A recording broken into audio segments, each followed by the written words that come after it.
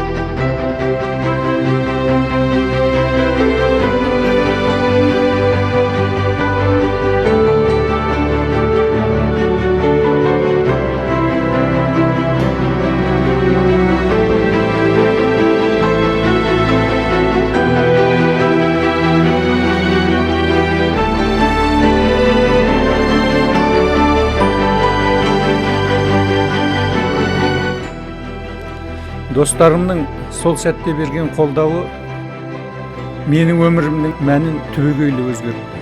Қарағым, мен бірден есейіп кеткендей болдым. Содан әлемге танымал архитектор болсам, ел мақтанатын үлкен нысандар салсам деп алдыма мақсат қойдым. Мәңгілік елдің қақпасы менің сол балалық шағымның шаны болады.